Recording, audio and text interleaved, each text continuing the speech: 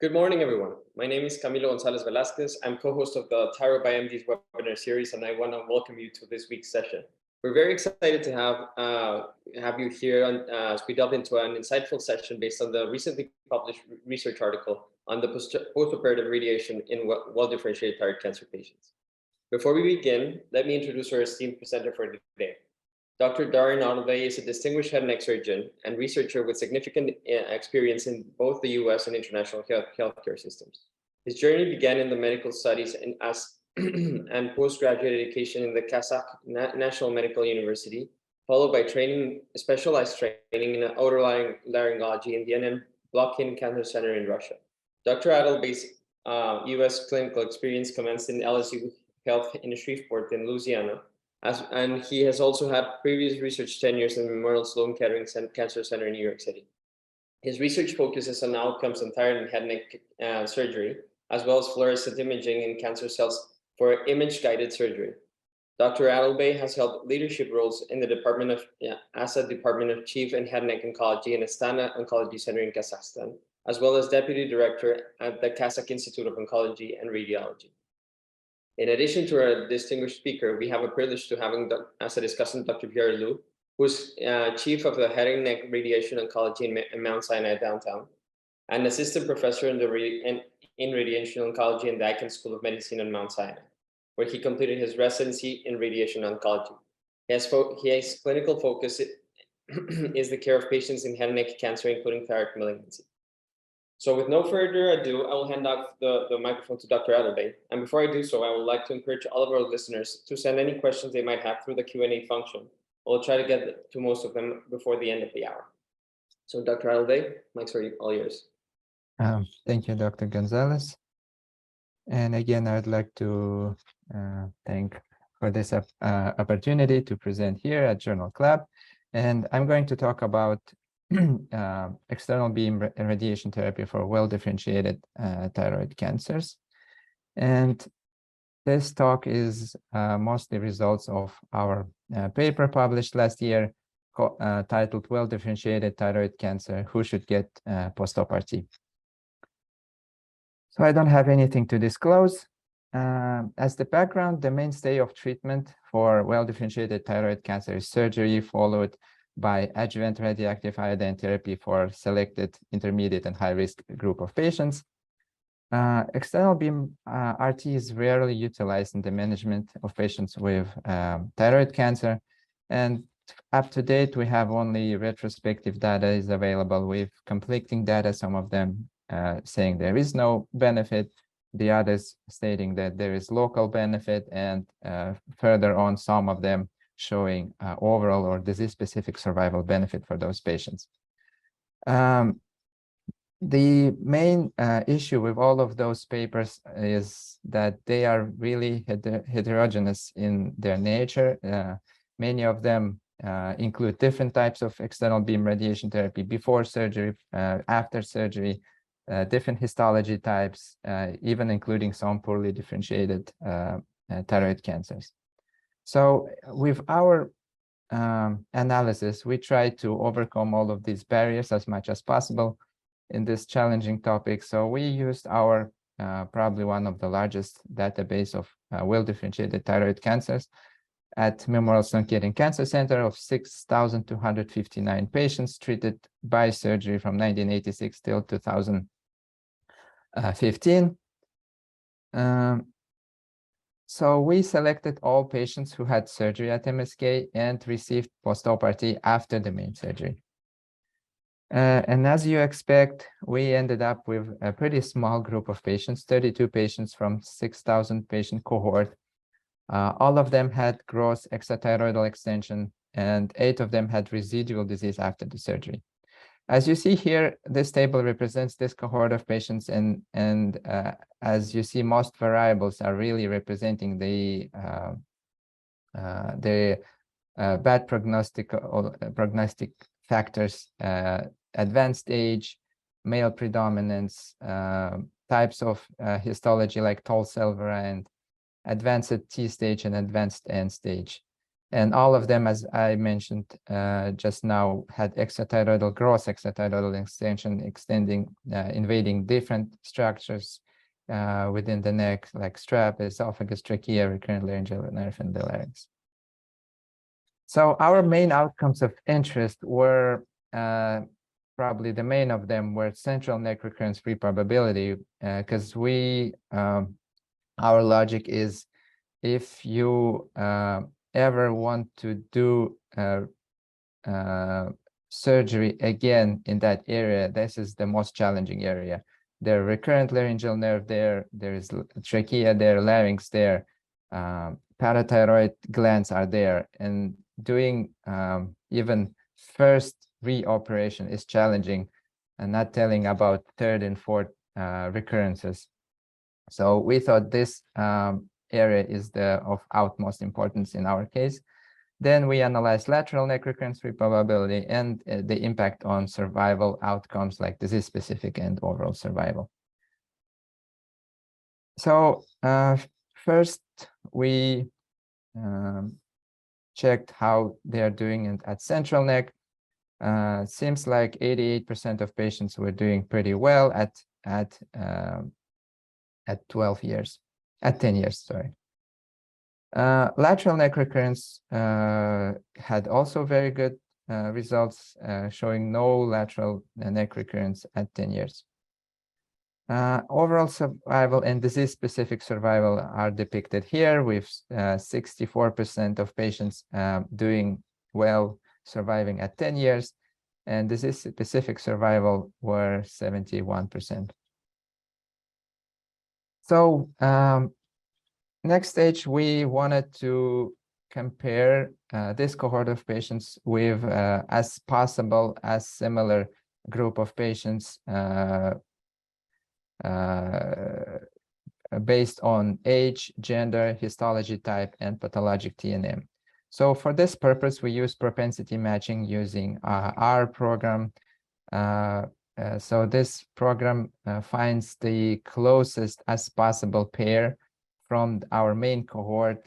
It automatically selects closest in age, gender, histology, and TNM stage patients from the main database. We used one-on-one ratio to have the closest matching pair as possible. So here is the matched pair presented here in this column, showing no post-op RT group. As you see here, all of this comparison is pretty much have no significant difference. So this cohort of patients that we're comparing with at advanced age, male predominance, tall cell variant predominance, advanced stage of primary tumor, advanced stage of nodal disease, all of them had the same as our main cohort, extrathyroidal extension and margin positivity. So we went further to compare outcomes. And the first outcome, of course, was central neck recurrence-free probability. As you see at this slide, there is some trend in this trending difference in these two cohort of patients. We see that patients who received post-op RT is doing somehow better, but this never reached significance. We never know. Maybe if we'll have had a better, a bigger group, we might see some difference there. But yeah, this is what we had in our analysis. Comparing lateral neck recurrence-free probability showed significant difference, as you see here. And in both these curves, we actually used cumulative incidence function with death as competing risk factor. So to reduce the bias of patients who died due to different other reasons than the cancer. So getting these two data, we went to check whether there is a difference in survival outcomes. So disease-specific survival outcomes, as probably we were expecting, had no difference, and same comes to overall survival. We saw no difference in both cohorts of patients when we compared overall survival at 10 years. So we had several questions coming out due to the results we had. So we see that post-op RT patients had somehow improved central neck control and significant improvement of lateral neck control. But why was this not translated into improved survival outcomes compared to the no post-op RT group? So whether was it because of post-op RT had poorer distant control because of local nature of the treatment, or maybe it was because post-op RT patient was able to be salvaged. So we went and checked how they are good, how they are compared at distant recurrence probability, and you see here, we don't see really difference at distant recurrence-free probability. So we went further to see how those patients were salvaged. As we see here, this was completely different. Post-op RT, no post-op RT patients had 11 recurrences, and more than half of them were salvaged by surgery, either with bilateral neck, lateral neck, or central neck dissections. Compared to the port group, none of them received surgery. One of them received further dose of radioactive iodine, further dose of external beam radiation therapy, or different types of chemotherapy, chemoimmunotherapy. So it seemed like the patients, the cohort of patients that have never received post-op RT were still amenable for salvage surgery somehow. So this table represents all of the separate patients that recurred in both groups, in no post-op RT group and post-op RT group. As you see here, most of them were tall cell variants in both cohorts of patients, and different types of procedures that were performed. And actually, 2 of patients even were just on observation, and taking into account how indolent this disease can be sometimes. So we have, of course, a bunch of limitations due to nature of this study. It was retrospective nature of the study. We were limited by the fraction of patients who received post-op RT from this larger cohort of patients with differentiated thyroid cancer. As well, our cohort received several different types of radiation therapy techniques, including 2 cases had 2D, two-dimensional 3D conformal, and the most of them actually had IMRT over several decades. And there were 11 patients who did not receive radioactive iodine. It was difficult to figure out what.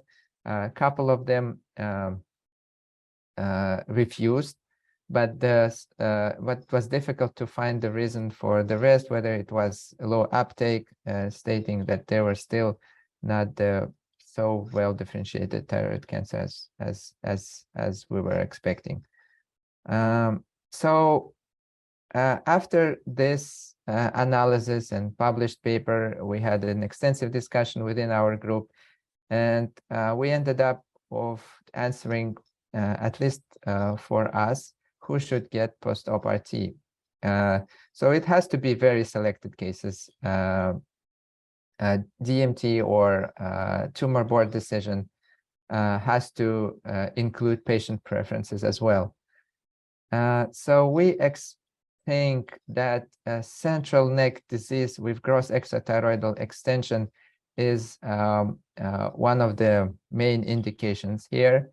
Low radioactive iodine avidity as well. And then one of the important ones is not possible or high risk of second salvage surgery in the central neck. So if you already did a huge surgery with a patient who had extrathyroidal extension, you resected a lot, some structures, and you think going back there won't be possible, or it's going to be very challenging. This is probably those cases where you would consider doing post-op radiation therapy for these patients. And thank you very much. That's it from my side. Thank you so much, Dr. Adilbay. We're going to now hand the mic to Dr. Lu for his discussion. So thank you to Tyro, Dr. Erkin, for inviting me to discuss this excellent paper presented earlier by Dr. Adilbay. I have no relevant disclosures. So of the available published data to draw from to elucidate the role of postoperative EBRT for well-differentiated thyroid cancer, no prospective trials have been completed, unfortunately, but there have been many retrospective series, mostly single institutional. As discussed before, most of them have heterogeneous included patients. I want to highlight a few that are better selected.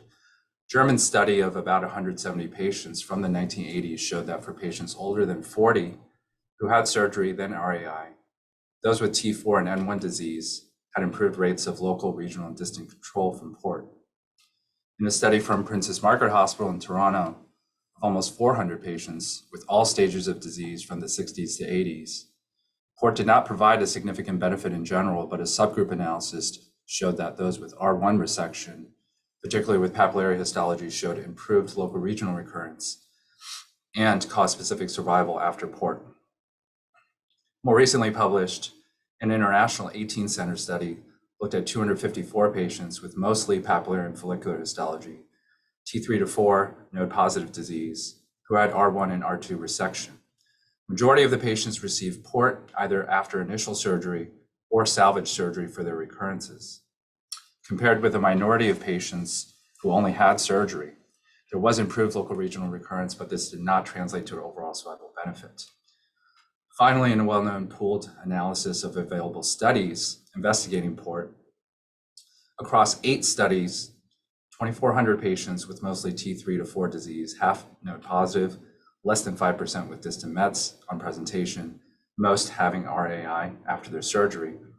Mean recurrence rates were 8 versus 25%, favoring those who received port, with the greatest benefit in older patients, 45 and above. And here's a contemporary single institution study from MD Anderson, published in 2017, cited by Dr. Adilbay's paper. The authors looked at patients treated from 2000 to 2015 with T4A differentiated disease. All underwent multidisciplinary tumor board discussion. They found 88 patients who met criteria, with 50% getting RAI alone and 50% getting RAI plus port, so all had RAI. 2/3 of the patients had N1B disease. Interestingly, a greater percentage of the port cohort presented with metastatic disease at 46% versus 27%. Indications for RAI alone were mostly for recurrent laryngeal nerve invasion or minimal tracheal perichondrium or esophageal muscularis invasion, needing shaving. Indications for RAI plus port were for worse pathologic features, including significant invasion of soft tissue visceral structures, for example, intraluminal disease in the esophagus or trachea. Of note, 59% received port before their RAI. Median RAI and RT doses are as shown. The radiation technique was not detailed, but given the era of treatment, likely a majority of cases received IMRT, especially at this institution. The primary outcome they looked at was disease-free survival. All other outcomes were local regional failure, distant metastasis rate, overall survival, and disease-specific survival. Median follow-up was excellent at about 10 years. The 5-year disease-free survival was 43% for RAI alone versus 57% for RAI plus port. However, this was not statistically significant. And overall and disease-specific survival rates were very similar between the cohorts. The 5-year local regional failure rate, however, was 34 versus 3%, significantly favoring the addition of port. All local regional failures in the RAI only cohort were associated with minimal invasion of the trachea and esophagus, while no failures were seen for patients who had RAI for only recurrent laryngeal nerve invasion. Of a total of 11 patients who had local regional failure, only 3 underwent a salvage surgery, while 1 had a second course of RAI, 1 had external beam, and 6 were observed. Reasons for this management profile were unclear. Multivariate analysis showed that age as a continuous variable and esophageal invasion were independent predictors for disease-free survival. As Dr. Adilbay's study highlighted for why they selected their location-specific outcomes, it would have been good to know in which part of the neck the local regional failures were occurring for better consideration of the impact of their recurrent disease and morbidity of salvage options. As we know, lateral neck recurrences are much less morbid and easier to salvage. And as we saw, only a minority of recurrences were surgically salvaged. Toxicity data was not reported, so the authors were unable to comment on the quality of life impact of port, though the overall survival was similar between cohorts. And as usual, when investigating port for this patient population, the size of the study isn't truly powered for non-inferiority assessments between treatments. So the authors conclude that particularly for tracheal and esophageal invasion, adding port to RAI can yield improved disease control. They detail their institution's paradigm for offering port, which is limited to those in whom future surgery is not an option or total laryngectomy would be required. A remarkable takeaway from this study is that despite worse disease stage and pathologic features, patients at this institution who got RAI in port had better disease-free survival and similar disease-specific and overall survival as patients who had less high-risk disease and underwent RAI alone. Finally, we can start going through our presenter study. Well-differentiated thyroid cancer. Who should get postoperative radiation? Again, this is a single institution study at a high-volume center with consistent management philosophy over time. Additionally, their patients were well documented enough to be able to illustrate much more specific data relative to other retrospective series spanning such a wide treatment error range. This allowed for precise selection of a specific population. Over the course of about 30 years, almost 6,300 patients were treated for well-differentiated thyroid cancer with primary resection, of which only 32 patients received port. Using propensity matching, accounting for age, sex, histology, and T&M stage, they found a relatively matched no port cohort. Known histologic subtypes were evenly matched, but subtype information was unknown for about 25% of the overall study. Additionally, there was a clear difference in rates of RAI use, with only 66% of the port cohort getting RAI versus 81% in the no port cohort. Most of those who had port without RAI had T4A disease. I wonder if accounting for use of RAI in the propensity matching model would have generated a better matched cohort with no port. As expected, the positive surgical margin rate was higher in the port cohort at 63%, with one patient having gross residual disease versus 53% and no gross residuum in the no port cohort. The primary outcome was central neck recurrence-free probability, which includes local recurrence or central neck node recurrence. Secondary outcomes were lateral neck recurrence-free probability, disease-specific survival, and overall survival. Additionally, acute and late toxicity grading for radiation effects based on the CTCAE scale was reported for 31 of the 32 port patients. That's excellent.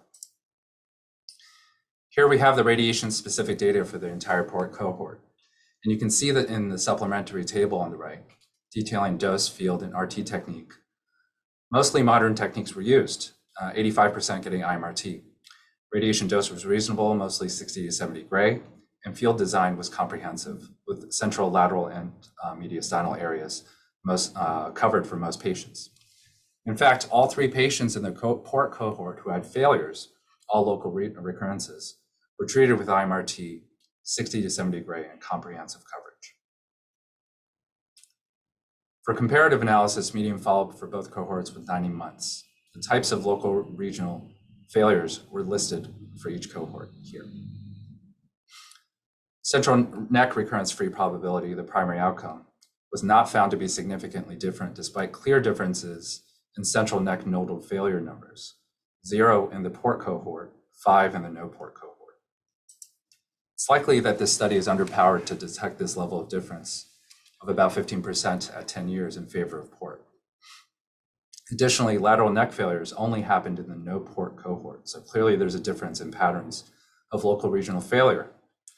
While there wasn't a significant difference found in distant recurrence rates, when looking at the event curve, patients who received port seemed to develop distant metastases earlier in follow-up. This may be related to the lower rate of RAI use in the port cohort. Also, with 25% of the overall study having unknown histologic subtype, there may have been an imbalance in higher risk histologies in the port cohort, also speaking to possible reasons for lower RAI use. Despite this, the disease-specific survival and overall survival curves showed no statistically significant differences. But looking closer, there may be a split. I know this is reaching, but there may be a split between 3 to 7 years follow-up in favor of the poor cohort. At 5 years, disease-specific survival was 90 versus 80% in favor of poor. The study is certainly underpowered to detect such a low, small difference, given the low total N and low number of events.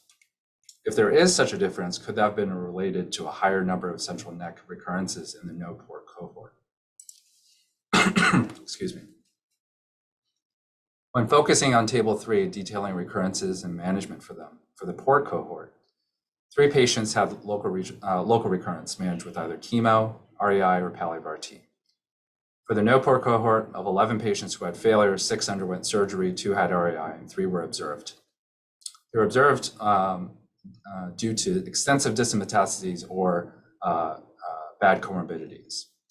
Salvage surgery was possible for the majority of the failures in the no poor cohort, but notably none of the local recurrences were addressed with surgery.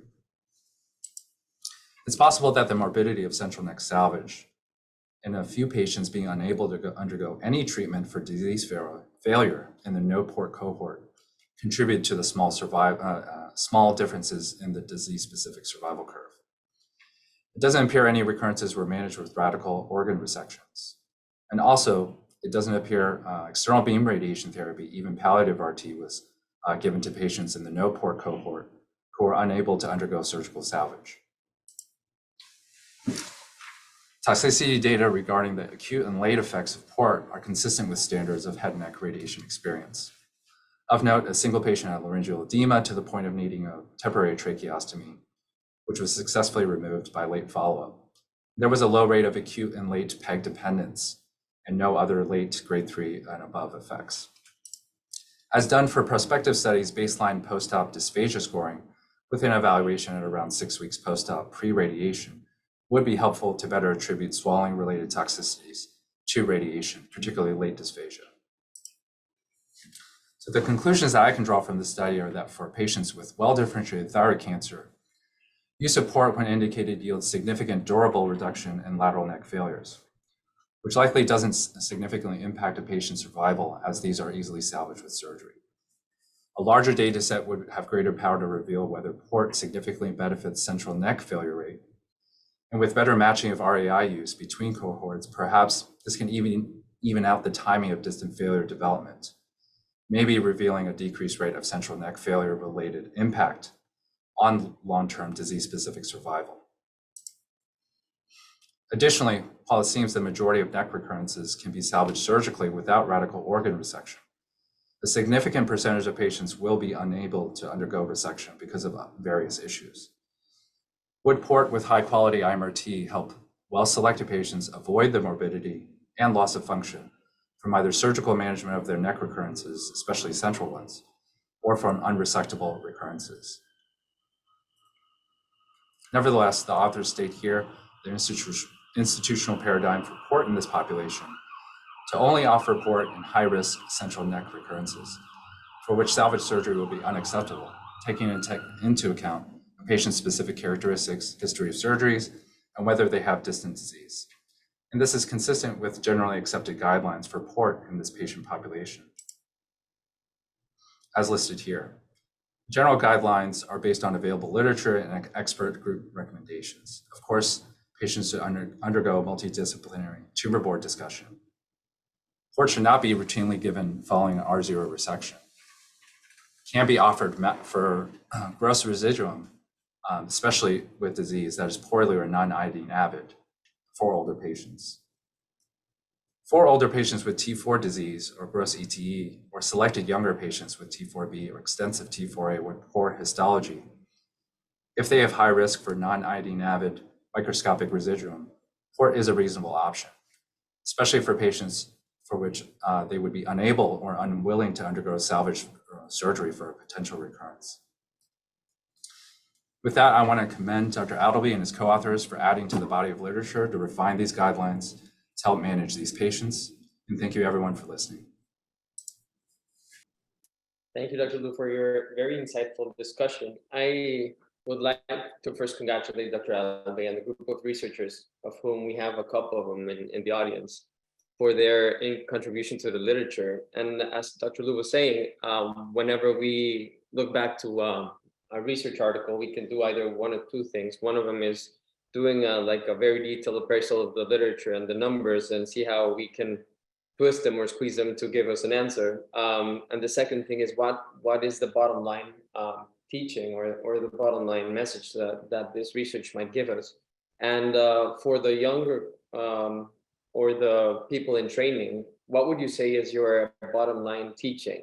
Of course, you said for the very aggressive tumors, for the people with very aggressive histological types, for people who have clear invasion and who are not good candidates for surgical salvage, that might be easy. But then when we go down the line, what are the things that physicians around the world, thyroid specialists around the world should be looking for to seek an opportunity for doing ports in patients?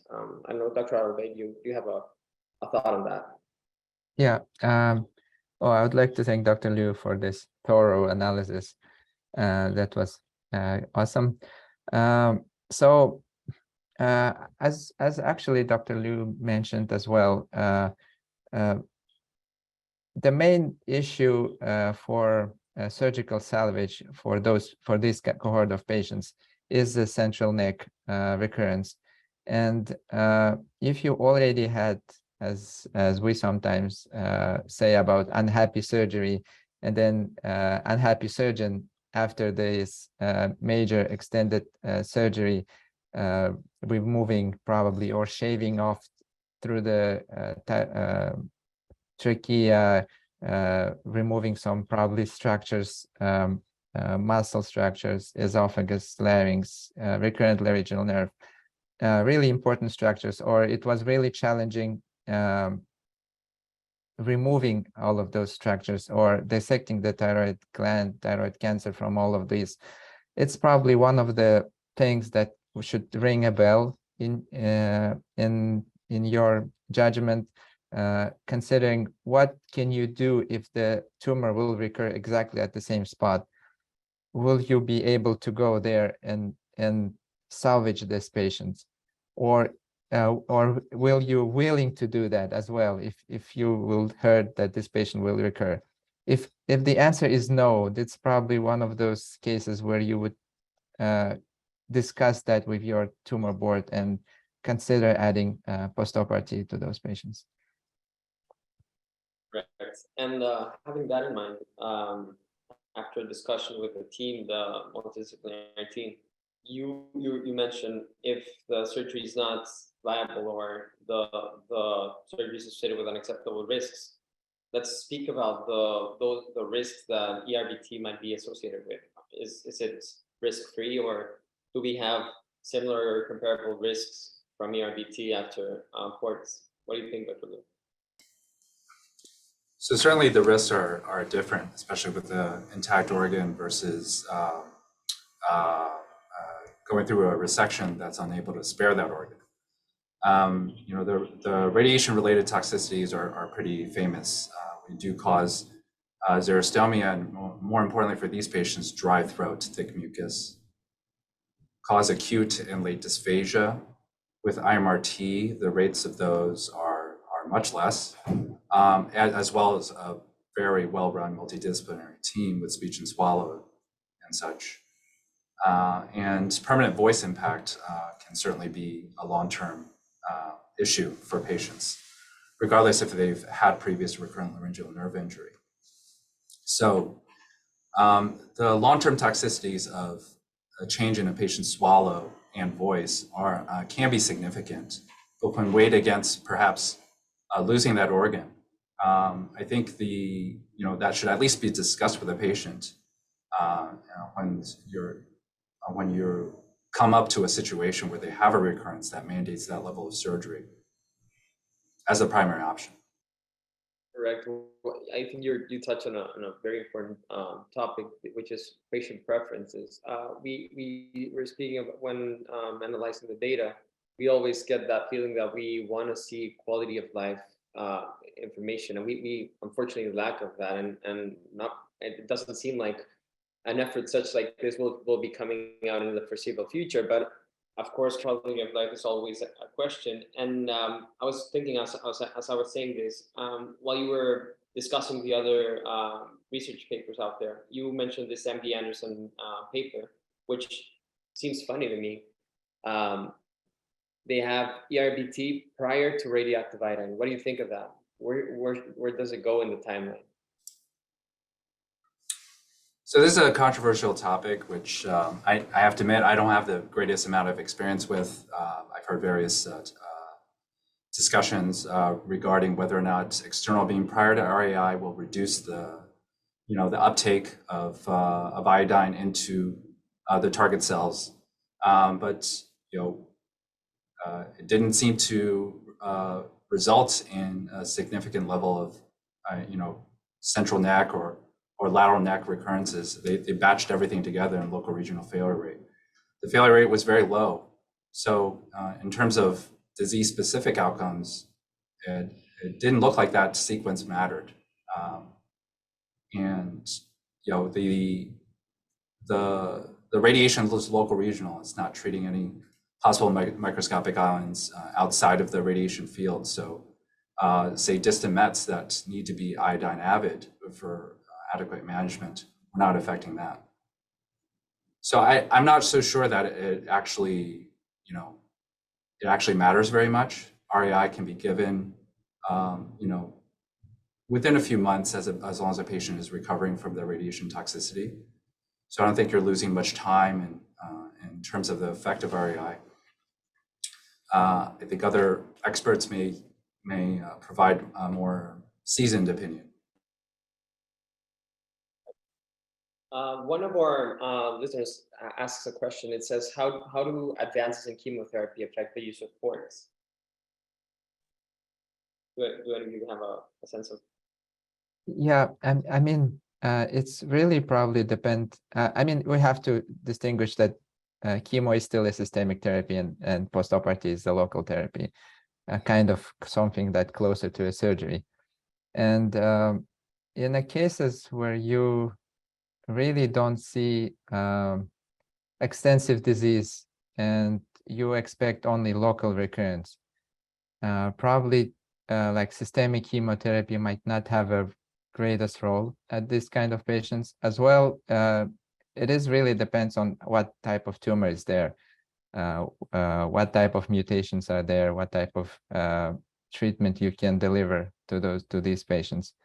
But there are patients that you only expect local recurrence at this point, local or regional recurrence, and probably and local regional type of treatment is probably might be a priority of this kind of patients. I don't know. What do you think, Dr. Liu? So. Yeah, Go ahead. Sorry. Oh, sorry. Cam, go ahead. No, go ahead, yeah. So I do defer to my heme colleagues, but the systemic therapy benefits are mostly palliative in nature, especially with gross disease. So at this point, I think, how does chemotherapy affect the use of port? If you're trying to salvage a cure, I don't think systemic therapy in the form of chemotherapy is a primary option at that point. And advances should advances appear to be helpful with concurrent chemoradiation, which there haven't been any with great data, then that would be helpful perhaps in improving local regional response from port. But so far there hasn't been any home run drugs. Right. I think listening to you, it hits a nerve. And I am a passionate about closing disparities in treatment worldwide in thyroid cancer. And as we dive deeper into the disease and we start splitting hairs in what type of histological types, what type of mutations we have, and we start speaking about newer technologies and such, I ponder about people that do not live in the ivory tower, as I call them. What happens when we step outside of MSKCC? What happens when we go outside of MD Anderson? And we stop speaking about salvage, curation. We start speaking about palliation sometimes early in the disease. What are your thoughts on that? what are the opportunities for ERBT in patients early in their disease when we might have a presentation of a young patient early in their 40s, 50s, where they have tracheal invasion. How early, how should we plan? How does that go? Because it often seems like we have radioactive refractory patients or patients with T4 disease, where it seems kind of a dead end where we can offer much more. What do you think about that? So I think the opportunity for palliative RT does exist, or more maybe multidisciplinary aggressive approaches may exist, depending on what a patient is willing to accept for morbidity or permanent functional changes. But palliative radiation can be given to small targets, even with dated techniques, depending on the goals of care, either a short-term response or a more durable response. We can escalate the doses given each day. We can give doses twice a day over the course of cycles, given every 3 weeks, and be able to monitor a patient's response. So there's very many recipes of palliative radiation regimens. And the community may not be aware of that. They may consider external beam radiation as this monolithic thing that always gives you these awful toxicities. But I do think it's worth considering palliative RT when you're reaching this very refractory disease state.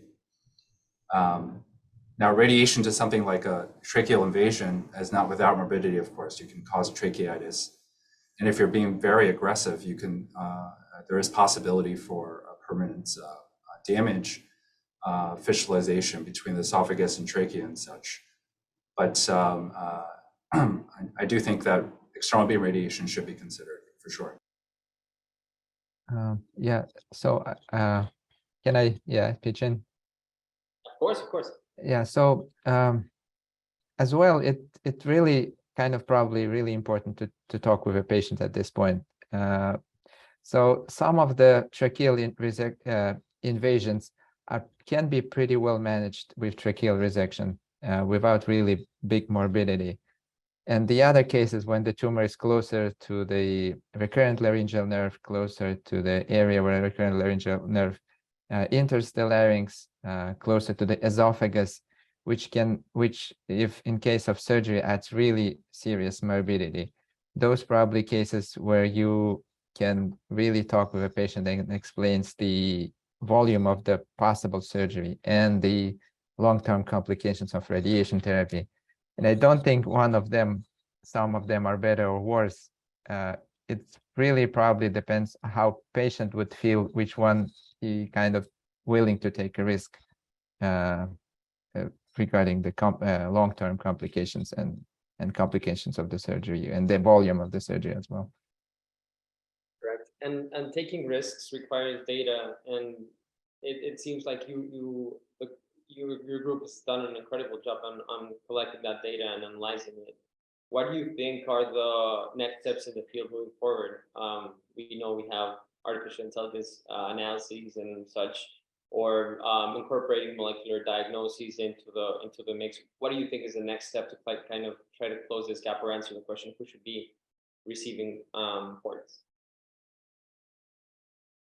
Oh, it's probably a very difficult question to answer. In reality, these are very rare cohort of patients. You see that out of 6,000 patients, there's only 32 patients who really received post-op RT, and I don't think there is a real good answer for this question.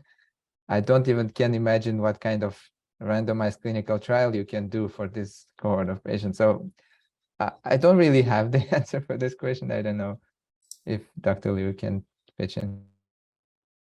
I have to echo Dr. Adilbay. You mentioned AI. Assuming you can get across all the institutional barriers in terms of data safety, I think big data is where we can get answers.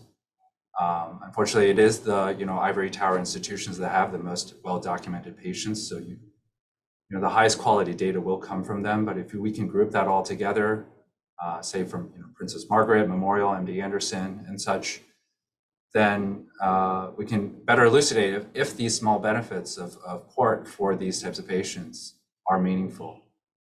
So I do think large data sets are necessary to better answer these questions. But the current guidelines, are pretty much supported by the available data. Correct. Yeah, I think we are gonna for a long time we're gonna have to stay retrospective, and analyzing data would be our best shot. Hopefully, the barriers of our institutions don't become a hurdle that we have to jump to get better answers to our patients. If anybody else doesn't have any other questions, I would like to profusely thank you both for setting aside some time this morning, for spending a great Friday morning with us, going through this research under the body of literature on the use of ports. I would like to invite you all to join us on the couple next webinars. Next week we will not have a webinar because of the Memorial Day celebrations, but starting the month of June, we'll have Dr. Davies presenting on the early detection of thyroid cancer in women, and we hope to see you all there. Everybody stay safe. Thank you, Dr. Adilbay. Thank you, Dr. Liu, and hope to see you also.